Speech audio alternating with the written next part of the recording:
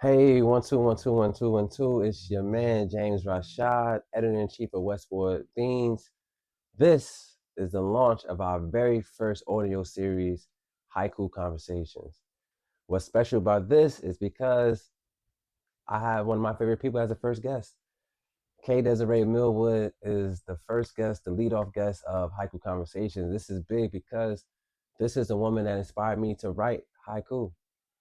Not only myself, other brothers as well. She's converting brothers into haiku artists. But Haiku Conversations is the first podcast of its kind where we do a poetry exchange between myself and my poetry guest, my poet guest. And not only do we exchange poems, we talk about life, the journey of becoming an artist, and what we've overcome, the lessons, and not to mention, I got my boy Cas on the keys providing production in the background. Good old fashioned jazz, hip hop fusion instrumentals in the background. So, without further ado, I bring you the pilot of Haiku Conversations.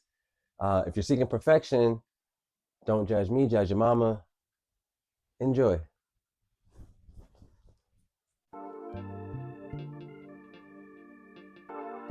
Like integrity, being your word, being the man you say you are, being the woman you say you are. Do what you say you're gonna do. Be on time. You say you're gonna be on time. Be on time. When it's 1 o'clock, James, don't get there at 1:08, 1:09. Whatever time I got here. Right. My dad's a military dad. When you're early, you're on time. When you're on time, you're late. Right. So like I'm cutting it close. Listen, I was raised I wasn't in a military house, but I had a undiagnosed OCD father who would say anything after 9 is 10. I get that. Right. So if it's 9:08, you're not on time. If you're supposed to be there at 10, you need to be out the door by 9, and you need to be sitting in the parking lot. Yeah, same. So my power walk down here was also like, oh no, I'm late. And it's like, that's like, I guess we the old school now. We the old school now. That's crazy. So we the old school. We the OGs. And I don't know what's OGs yet. I don't even know how to feel about none of that. It is an honor, right? But also very. Am I old enough to be an OG? Have I done enough? It doesn't feel ever like you've done enough, but right. I don't feel as old as when I was young. Old people looked. Yes. They look so old. But we were raised on preservatives, so we're gonna look this way for a long time, and I'm okay with that. Yeah. But like the remember my word is my bond. Mm-hmm. Word is bond. Like which doesn't get said anymore. Oh. But my word is my bond. Word is bond. You feel me? So yes, that's why that poem means a lot to me. Like integrity, be your word. Do what you say you're gonna do, bro. We can trust you. You can't trust your own word. Those thoughts. That's it. I'm scrolling. Oh, I know, right? So it's a thing, right? Let me see.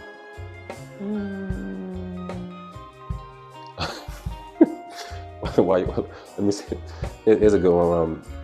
Shut your fucking mouth.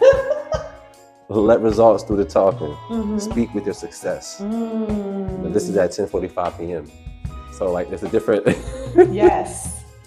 Some time went by. It's a whole different vibration. So yeah. I love it. I'm just scrolling. Hold on. I got a lot of work. While I'm at it, I am also going to promote said 9-year-old incredible book. I think it's incredible, but I am biased. This is Poems for My Namesake. It is my first child. It is my namesake. Poems for My Namesake. It's all haiku. I think it's kind of wonderful. Right. And how long ago? Excuse me. 2016, this came out. 2016. I have been a part of a few anthologies since, but I have not come out with a second book as yet. But I just finished it, so we're... And one thing that I did want to talk about, which is one of the pillar conversations, is like the idea of, I am I'm a poet, Mm-hmm. right? I think I'm a poet. You are. I write poetry, Absolutely. right? So it's like just that stepping into the identity, you know, like how was that evolution for you to okay, you decided I'm a poem now, let me drop a poetry book. Right. It was a lot of absolute chaos, honestly. I wasn't expecting it. It was absolute chaos. I had been writing since I was 11. I remember my first poem being about a spanking, and just having things to say ever since then. But to call myself a poet and trust that I was one, I don't know when exactly that happened, what day that arrived, but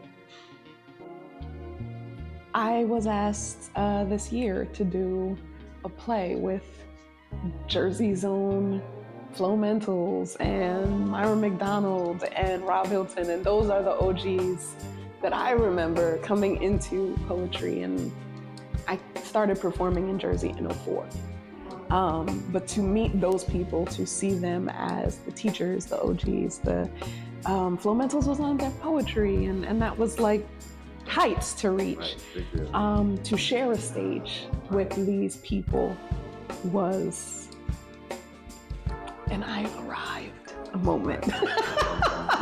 No matter what I thought I was today, I am here.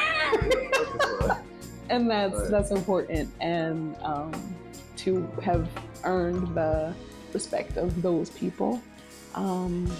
There's no, president of poetry, there's no top whatever, but to know that people that I respect also respect my work is wild. Because that's what, not that we need it, but it's a piece of our ego, from our younger self, that always wanted validation from what they were good at, Because when I was playing ball, I just wanted my big brother to know I was nice.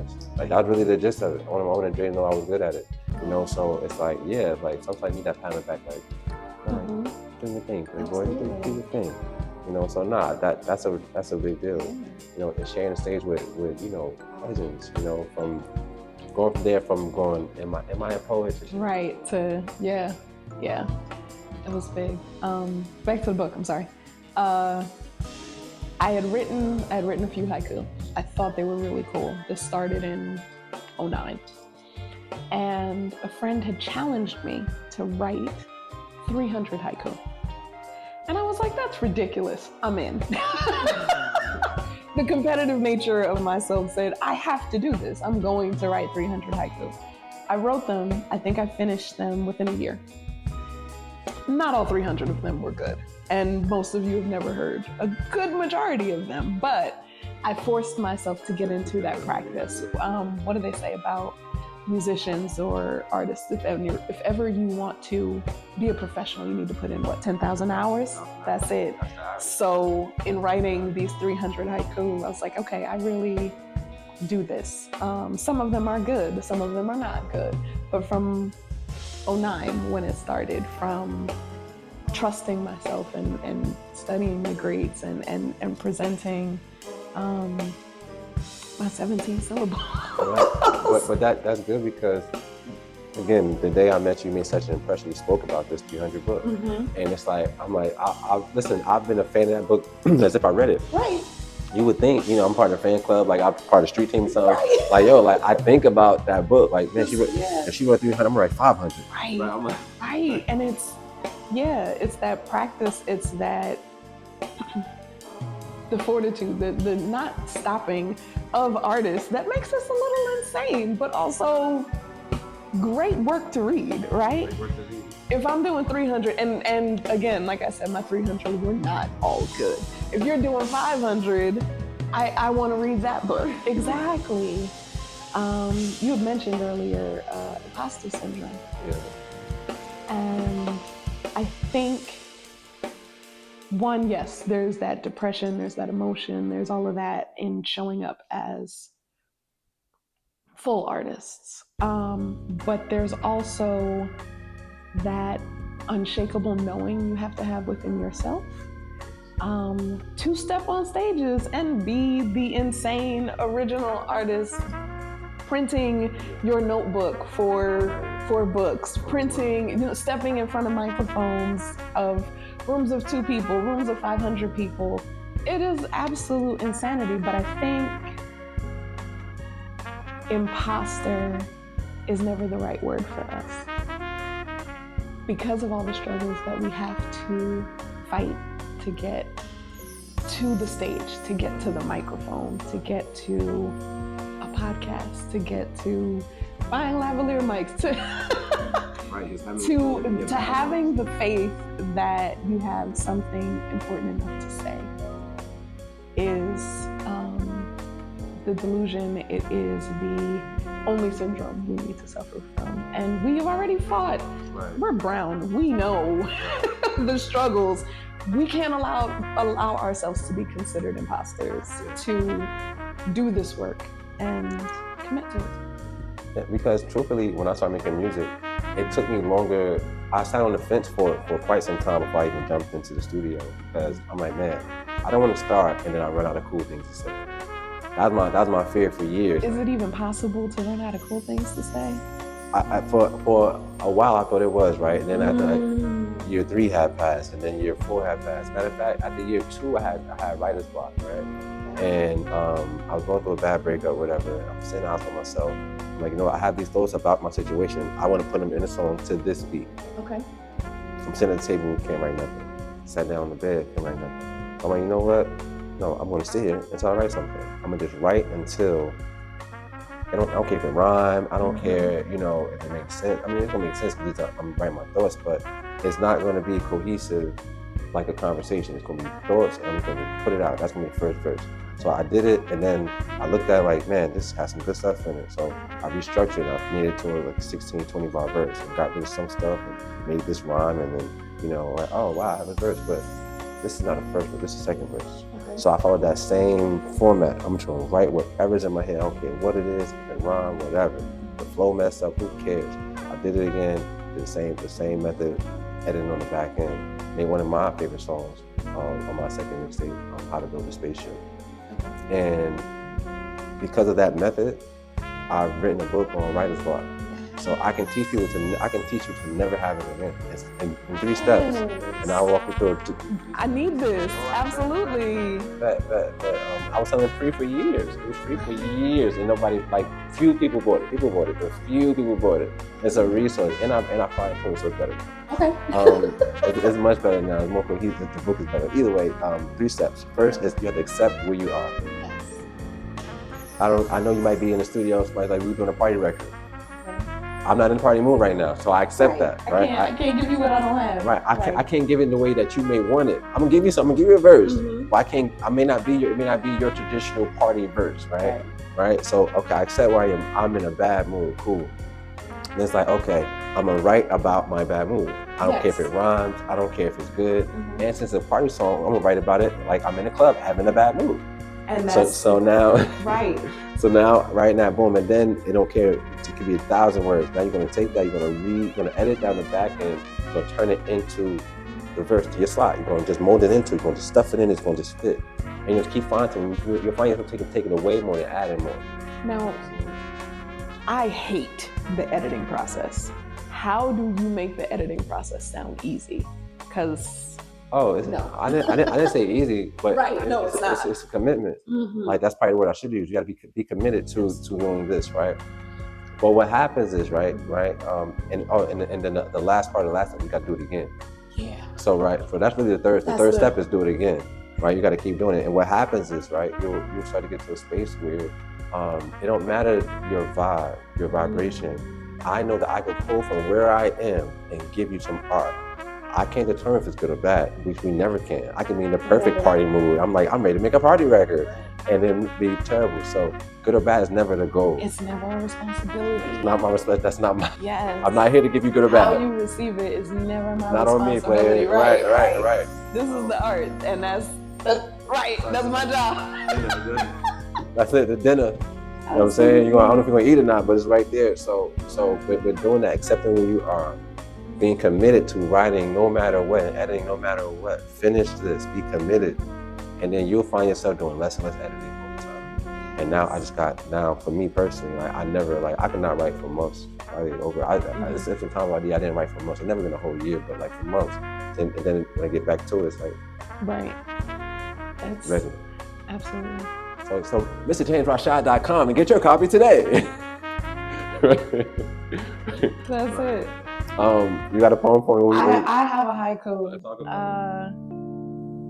I know God has a plan for my life, but his poker face is serious. Serious. Right. Somebody playing chicken with us, right? Right. You think you got a plan. You think you know exactly where you... Right. Hold on, player. I got something better for you. If I could pinpoint all the times in my life where I thought I figured it out, like, okay, I got through that. Okay, so now like, I'm ready, God. And God, like, here's a new thing. It is so humbling.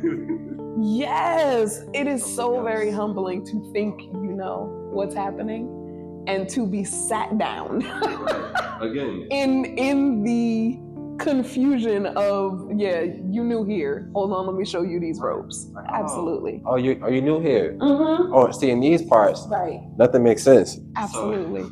So take this experience. I had said to someone this morning, actually, I've been in deep rumination about how we got where we are as a society, politically, and all of those things. And I think there's all kinds of talking points about millennials and why we don't want to work, and everyone has an opinion about us.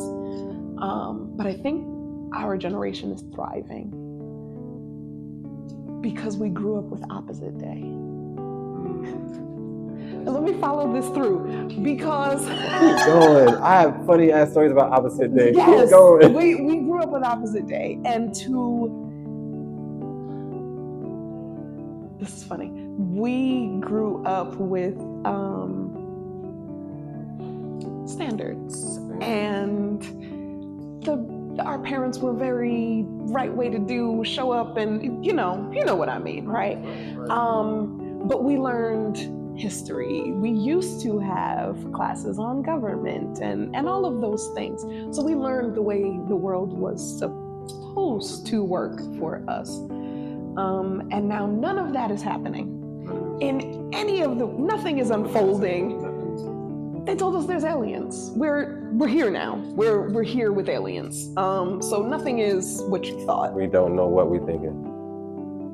But millennials remember opposite day, and we know how to navigate.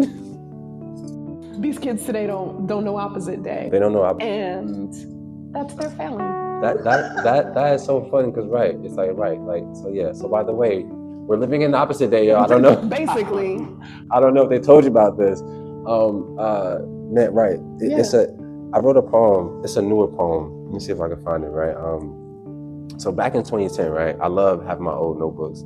I wrote a concept about parallel paradox universes, which is essentially the multiverse. Absolutely, right? Because comic books. I just had my own way of saying it, but it's just literally the same idea. So to be in these space right now where the multiverse is everything, is pretty wild that we're like experiencing this. Man, I really want to read that poem. It's such a spot on rendition of what we're experiencing right now. I can't find it, but I do want to read this one, right? And this is November 7th, right? So it caught my eye and I want to share it. No to fake booties. I'm locked in already. No to fake booties. Only girls in love with their God-given beauty. I like what you did there. Right. Okay. Right. Excuse me. Haiku. First, God made mangoes. Then he made me. Both were him, just showing off. Just showing off. That's so gangster. That's so gangster. Because who don't love mangoes? Who don't love mangoes? Do you know one time I went viral is because I cut up a mango? Would you believe that? You gotta tell me about this. How? By cutting mangoes. Cutting mangoes. Okay. So my wife Janelle, she cuts mangoes a particular way. Like she'll cut this side, all the seeds in the middle. She'll cut this side, cut that side. Then she'll cut a grid. Right. And then she'll just fold it back and let it pop out. Yeah. Pop out, you know. And I did it on the internet, and you would have thought I just invented mango. Yo, like I just split the atom. You know what I'm saying, with my pinky or something. Like, okay. People were like, yo, and people in my DM like, bro, like, how did you gotta do more of these? And then nothing else ever went. I did it a few more times. I cut up different things. Nothing ever went. When is as a mango? As a mango. Listen, won't God do it? Won't he do it every time? Just in every way that you don't expect. See, you thought it was the music. You thought it was going. And then I thought it was just fruit. I'm like, I just want to see me cut fruit. It was the mango. It was the mango. Mango has powers, I tell you. Want to go viral? Cut a mango. Cut a mango. You know what? Now I'm gonna record a video reciting this haiku, cutting up mangoes. So when you see it, don't judge me. We just trying things. We just throwing at the wall, see what's going viral is not a business plan, but right. It helps. It helps. I don't mind it. It does. Haiku. Stop judging yourself. Stay present and observe life. Peace is victory. Right. So like one thing that we do, right, as creators, as entrepreneurs, I think it's Black people, but I think it's as Americans, especially because of capitalism, there's always more to achieve. There's always more to win. There's always more. There's levels to everything. And we keep moving the finish line. We'll cross the finish line, then we'll throw the sticks up to a whole new, soon we cross it, we want a new finish line. I want a new way to gauge success. Now, are we changing the finish line, or is the finish line changing on us? I think it's both. I think it's both. Okay. Because that part, right, right. Every time we master the rules, they change the game. Absolutely. Beyonce wins Country Album of the Year. Now they move the goalposts. Absolutely. And now they got traditional. So now who knows what you got to do to be traditional? Right. You know what I'm saying? Right. You just can't be brown. Kendrick Lamar and SZA, shout out to SZA, Big Jersey, right? Number one song in the world for mad weeks. I think it was in the top 25 for 26 weeks. But they created a rule recently that once a song is drops out of 25, drop below 25, they gotta get taken out the top 40. So it moved from top 25, but it would have been 38. So now and then peep the headlines is hip hop is dying. No rap songs on the charts. No, it's a rap song actually dominating the charts still, but y'all create a rule to make it. They changed the game. They changed the rule. Now we gotta learn a new game. But the way that happens, I've also at times figured like, all right, cool. I want to write 300 poems. Yeah, but they're not all good. Right. Now I gotta write 300 good poems. So it went from writing 300 poems, write 300 good poems. You know, like, all right, cool. Now I did that. Okay, now I gotta sell these books because now I did. Now I got. So now it just keeps going. Mind it can be healthy. But sometimes we don't experience it, or we don't. Yeah, the experience of it doesn't feel healthy at times. Some days I love movies, and I'm good with an analogy. Some days I feel like pushing this book is Pursuit of Happiness. He had that one last machine. I'm trying to get people to buy this one last machine. And some days it feels like I'm sleeping in the bus station. I'm not. We have a home. But some days this poetry really makes you feel like, yeah, this is where we're at. I'm just one man in one book and doing this offshoot. But I am grateful to do the work to bust my souls and sell the book because I think it's awesome. I think these words they're gonna stop wars. I think we know the thing to say. I think we have the words.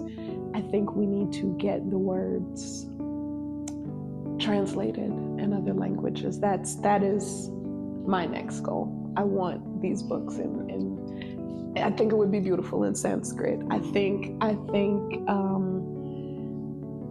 Arab text. I think Greek. I think all of it would be these next steps, because it's not just for Newark, it's not just for this little corner of the world. Yeah, we need these in Swahili, you know. Absolutely. We need these in different textures and different tones. Because right, that language barrier. Right. And, you know, we get to connect with our people, you know. And the whole world is connected by the internet. Right. So let's get it to them with the tools that we have. A little bit of intentionality, like, no, like I'm doing this. So I love that. That, you know, one thing I've been thinking about doing is at my shows is getting, or even for videos, getting the sign language, the ASL. Yes. You know, to be saying these poems. I've actually been starting to learn sign because I would like to be my own translator and keep my beat, but one thing at a time.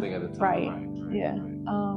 To that end, I have another haiku. Let's do it. What are you really teaching the children by not teaching the children?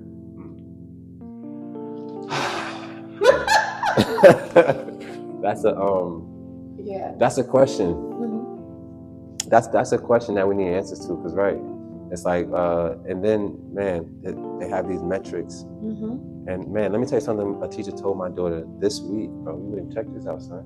This man gonna tell my wife. He said, your daughter missed a lot of days. With her test scores, like she's gonna fail. You see her test scores. We just got a report card. Like she's gonna fail the school year. We're like, wait. I wish I was there. God knew not to have me there. My wife was like, wait, so you mean to tell me that in the beginning of the school year, in the first semester, you can gauge whether my child is going to fail the school year off her first grades? You know, and of course she's been sick, you know, she's going through just, you know, growing up, girl problems and stuff, you know, but she's been ill, migraines, you know, her nasal passages, you know, are really small, so she has trouble sleeping, you know, so it's like, no, she's not at school for real reasons, you know. But for you to gauge that she'll fail, if she was a fail, would not be a testament to her scholarship. It'd be a testament to your tutelage. Like you failed my daughter, you know. So what are you teaching us if you're not teaching us? You know. So I get that 100%. Yeah. Right on, sister. The metrics, the No Child Left Behind. I saw, I mean, it's a TikTok, right? But someone was saying my daughter didn't learn to read until the 3rd, 4th grade. And that is becoming more common. I mean, that, you know. And I'll let you go. Well, you know, hooked on phonics but we're not more insanity, right? We are writers in a world of people that don't read. We are writers in a world of people. Listen to me. The insanity is just it just piles up. Because that's why we're making these videos. You see, we got these cameras right now, right? I'm writing these articles, right? And I'm like, yo, the people read them. I'm not gonna act like nobody reads them, right? But man, like I need people to read these articles, you know. But then you just look at the data. I look at the data of my analytics. Right. People watch my videos more than they read my articles, and my articles, in my opinion, are so much better. But I can't control what people what entertains people. Some of it needs to be spoon-fed, but some of the messages are meaty, that they need to be spoon-fed. I haven't experienced that. Some of my haiku are better performed than they are read. And some things are better read than they translate into a performance piece, but still just as impactful. So sometimes I'll put it up as a text post, and other times I'll make it as a video. And yeah, the analytics and the fact that we need to think in analytics and how many people are going to open, how many people are going to respond, and just another tribulation to this artist's life. But it's a thing. It is a thing. And what I've come to the conclusion that, you know, I no longer, I have to know my analytics, right? But for me to get them where I need to be, that won't particularly happen by me knowing them, right? Yeah. That's going to happen by me producing work, right? It's the more work I produce. I realize I'm like I said earlier, I'm simply being outworked, you know, and it's like, it's time for that to change. Right. But how does that look though? You know, so I don't have to follow traditional, you know, like even being a rapper, like, yo, I know I rap, But and a lot of people know I rap. But the same homies won't call me for rap. They'll call me to bring my camera out. They'll call me to, to cover an event, interview them. You know what I'm saying? And everybody know I rap. So for me, at this point, I am deciding that my life is the entertainment, right? Like we've had a lot of parts of this conversation. Yes. And even at your event, to be at your event, and me, you, Rap, and Miku Mari, you know what I'm saying, to be exchanged, to be doing my podcast right in front of me. I got 3 giants in front of me sharing, and I had no idea they even made it. By the way, if I didn't say on camera, she converts black men into haiku poets. I don't know. Particularly black rappers. Particularly black male rappers, and all of them are incredibly taller than me. I don't know how we manage that. She turns tall, dark, brown-skinned rappers into haiku poets. Artists. I'm generation 3. You know what I'm saying? So I feel special because I'm like in the top 5, but It is a superpower that I was unaware of until the 3 of them showed up, and I was like, wow, I really do this. When did they tell you that you inspired them in that way? Rap has been texting them to me for years now. I want to say I had met him around Cafe Eclectic time, 2010-11, and he was a rapper, and rappers at open mics were, sometimes it works, sometimes it doesn't. But we grew a friendship, and life happens. He got married, things moved away, whatever. 2 years ago, he shows up at my house on my birthday, random. Awesome. I don't think he knew it was my birthday, but he shows up and starts reciting the haiku he's been holding on to for years, and just wanted to. So it was a birthday gift two awesome. plus years ago. And then, interestingly enough, this year at my birthday party, I RAP Phenomenal, incredible artist. Give it up to RAP Phenomenal. Nice. He had asked me to he hosted an event in my house, a Raps Poetry Den, it's called. And I think his tagline was, it's both ours, we just gonna do it at your house. So for my birthday this year, I had a few people come through and perform and lights and open mic in my house. And Miku Mari, shout out to Miku Mari, came and did a series of haiku about me. And then this incredible poem that I have footage of, but I am entirely crying through the whole, not even like the cute cry, just full on. It was bad. So that footage, hopefully they'll keep that out. It was at that moment that I was like, wow, something is happening here. It's something that I had a hand in bringing about. And that feels powerful and weird and grateful, yeah. So, you need 9 more. You had your 12 That's disciples. That's it. We're starting a movement. We're starting a movement. I'm gonna get 9. We're gonna make a calendar. I don't even know. Right. Right. The Men of Haiku. When you see the calendar, you better buy it. Buy the calendar. All right, so let's just do one more. Let's do one more. Okay. Let's do one more and get out of here. This is the one. I'll know what. I'll let you do it. And I'll close the show. Go ahead. So this is the first poem in my finished book, an introduction of sorts. It's called, and that's exactly what it is, I think. Why have you come to these pages except to witness me become a woman with depth of emotion, wielding the luxury of language, very black, unapologetic, crafting spells in the scraps of a Western tongue into an uncolonized form with no memory of my own home, so dash American, tucking my accent and run away rolling R's from collegiate press. How honest I show the cakes I baked, and the ones I have burnt with equal enthusiasm for baking again and again. What a mess I made, fumbling my way through womanhood in the hands of men that have never learned the female tense of no.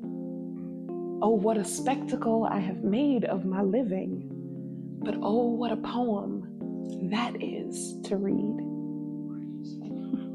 Right. I don't even want to say nothing else. I don't even want to say nothing else. You know. Thank you. That's beautiful. Thank you. And we'll close it with this, right? You're living the dreams of a previous version of yourself. Yes. Said God. Right. And amen. Right. Because yes. Right. Because yes, absolutely. I want to say thank you so much. Thank you. For you to, just a beautiful manifestation. For me seeing you right there in that spot right over there, yes. for us to be right here doing this. To have met you, let me just run it back. To have met you through multiple name changes and iterations. Through reinvention. Yes. But to watch the one, like, I don't think I ever thought you were a Jimmy. But now you're a James. Right. And that just feels like leveling up. Absolutely. I mean, you know, the ill part about it is actually peeling layers off. Absolutely. You know, and just stripping down all the masks and the ego. Because it got to a point, it's like, I don't know if I told you this, I did a show, 2 back-to-back, one in Brooklyn, one in Rockaway, and then one in Brooklyn. When I got to Brooklyn, I had no voice, scratchy, and my boy like, nah, get on stage. You know, one of those good friends. Actually, he's actually a sucker. You a sucker. He's a sucker, actually. So he's, you know, I don't know who this is, and I don't know who I'm condoning. But he know he's a sucker. And we ain't cool. But that's another conversation. He's like, yo man, just go do it, man. I know I should stop, you know, but this goes back to trusting myself, you know. Either way, I did it, and I'm on stage with no voice. I'm trying. It was like it wasn't embarrassing, but you know, it happened. I didn't like it, and that took me on a journey. It's like, wow, who am I if I can't rap? Because my entire identity is attached to Jimmy So Dope. I get sad when I'm not being Jimmy So Dope. So who am I? But aren't you always Jimmy So Dope? And to name yourself such a moniker already says, I already know who I am. Yeah. So it's not really for you to peel the layers per se, but to uncover who you've always been. That's the work. You know, that's why I ended up. It's like, yo, like I'm actually really James. I'm really James. You know, I don't have to pretend to be James. You know, before I was Jimmy So Dope, I wrote raps. My name was Rara. You know what I'm saying? You know what I'm saying? In the hood they call me Rara, short for Rashad. You know what I'm saying? Right. You know, so Rashad is really my middle name. You know, and so yeah, it's like to how life has a way of bringing you to yourself. Absolutely. You know, and even this show, you know, this is a testament to that. You know, I didn't know how it was going to happen. I love the way it happened. Same. I love the flow. Thank you so much. Thank you. We're going to do this again. It's going to be mad people. Actually, the best case scenario, you know, we're going to do it. We're going to do it in front of a nice group of people. It could be my birthday. My birthday coming up, so we're going to manifest that. You mentioned jazz and a whole thing. Even then, yo, shout out to Cas on the keys, right? So in post-production, we're going to get a nice soundtrack, backdrop, nice soft piano. You know, when we do the lobby events, we're going to have a nice 3-piece band. Yes. You know, so, but with this right here, you know, we're going to crawl before we walk. We're going to get the pilot up, proof of concept. We got 2 cameras. We did this shit. Shout out to my boy Jig in the building, son. Did this. Yo, thank you to High Side Expanse. Yo, you're my guy.